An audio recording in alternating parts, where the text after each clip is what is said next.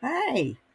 Today I'm veering away from my usual rant because I wanted to share a special memory, a celebration of my older daughter's birth.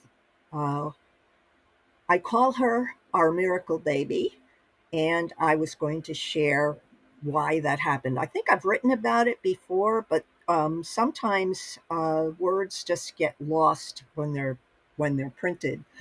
Um, in my son, our firstborn, Bill, was about 6 months old, and my husband had developed this really nasty cold.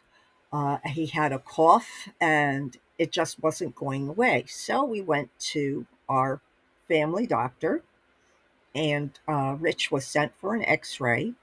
And then later, we found out that he had his heart was very enlarged, and we needed to go to the emergency room. And we went up to Johns Hopkins. We were absolutely astonished to learn that Rich had Marfan syndrome. And Marfan syndrome is usually a genetic disorder. What they found when they looked at Rich's family, he was a spontaneous mutation. And when I took my biology class, I learned about how spontaneous mutations can just come about just because. All right, so anyway, he had Marfan syndrome. So, what that means is wherever you have connective tissue in your body, which includes your skin, your lungs, your heart, anywhere there's connective tissue, the connective tissue is missing the the the part that keeps you from becoming stretched out. I don't remember all of the terminology for this. I was an expert way back in the time. We're talking more than 40 years ago. Well, anyway, what had happened was Rich's aortic artery, the valve had widened in his heart. And what the surgeon was proposing was that faulty valve would be replaced with a mechanical valve. Now, they usually used pig valves. The reason why they couldn't with Rich is because of the Marfan issue and the connective tissue. So they went with a mechanical valve. It's very kind of iffy surgery. The doctor was pretty positive, but he said there's always a risk. So the night before Rich went in for surgery, which was around Christmas time, we were like, well, what the heck? And so we loved each other. And then he went and he had surgery, and that was in itself an ordeal. Um, he came through it. We came home. He was still very weak, and he was not able to go back to work for a few months. And the interesting thing, the mechanical valve ticked. So a lot of times he would have Bill fall asleep by placing him on his chest, and Bill would fall asleep to the clicking sound. Um, so anyway, after a couple of months, it was actually about a month later, about 6 weeks later. Um, I'm normally very regular, but I was late. And when it was about 10 days late, I went to my doctor, and the doctor said, it's too early to tell if you're pregnant. I mean, come back in a couple of weeks. And I said, no, I'm by the clock. I know when it's going to happen. It hasn't happened for a week. I'm pregnant. So to humor me and to because he knew we were under a great deal of stress, he drew blood and said he would get back to me. And a couple of days later, I got a call from him, and he said, "Yeah, you're pregnant."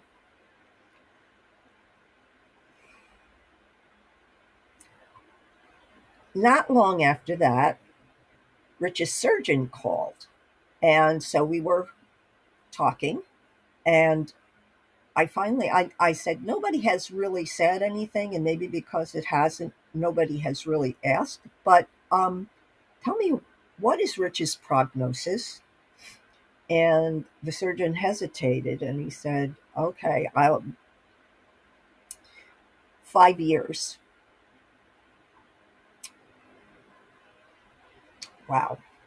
And I hung up the phone, and I was trying so hard not to cry because I didn't want to upset Rich.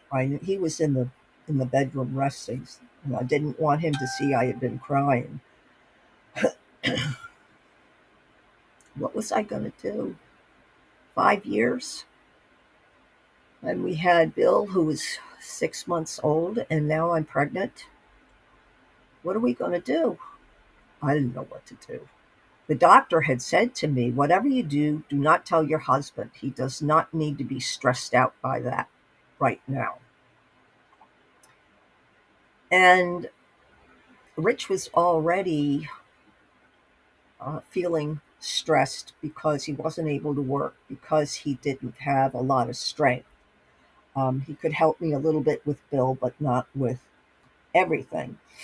And he was feeling sad about that. So the two of us are feeling kind of gloomy together. And I just out and said, I'm going to have a baby. And Rich's eyes went like that. And instead of being sad, he was so happy. He was so happy.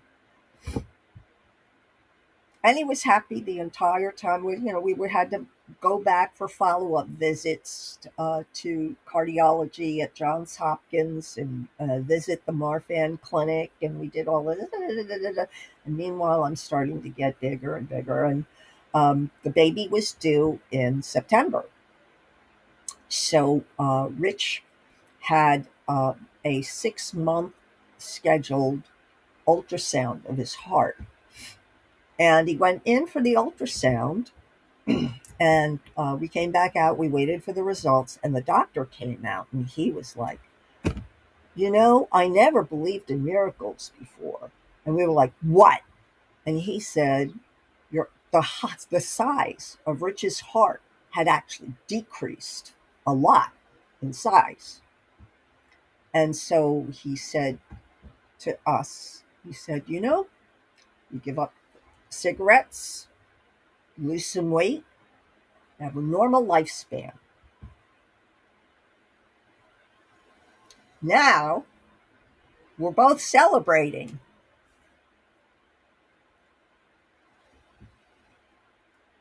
In September, early September, I noticed that Billy, we called him Billy then, Billy would cry whenever we put him down in the crib.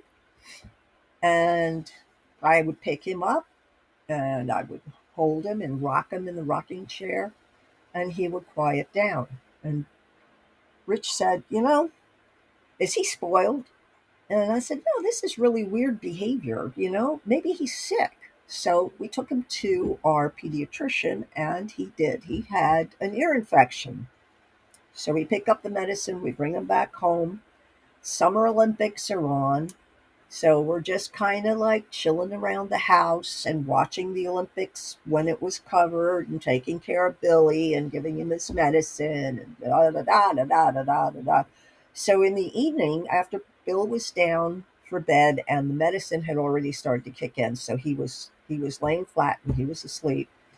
We were watching some of the Olympics. I don't remember about what time it was, but I guess 7 or 8 o'clock.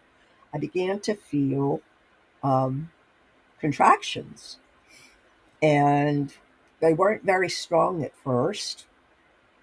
So I didn't say anything. This is his second baby, so I know when the contractions come about 5 minutes apart, we need to head out.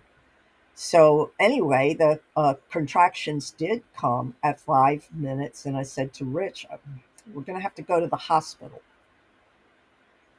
We didn't want to wake Bill, so I called my cousin Maureen.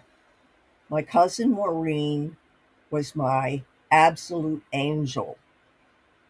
So she came right over, and she was going to watch Billy and make sure, he had a medication if we ended up staying to deliver the baby.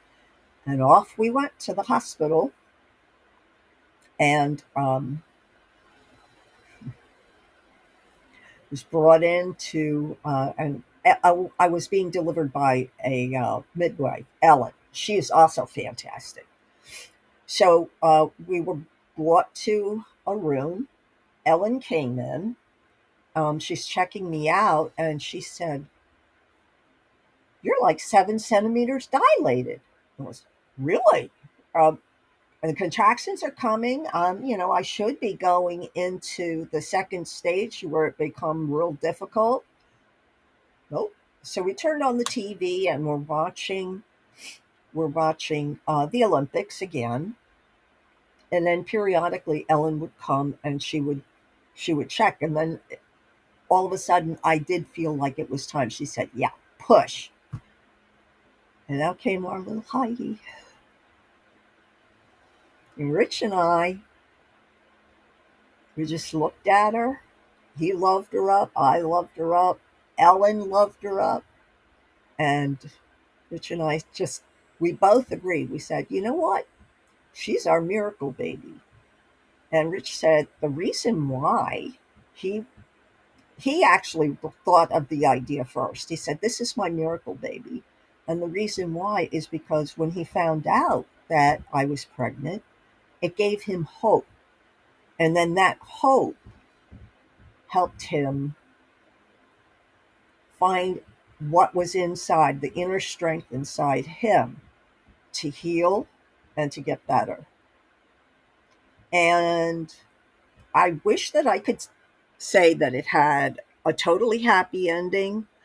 Um, but Heidi, your daddy has loved you right from the get go, and he still loves you, honey. And I do too. And your stepdad, Ted, he loves you so much. You're one special lady, Heidi. And I wish you a very, very happy birthday.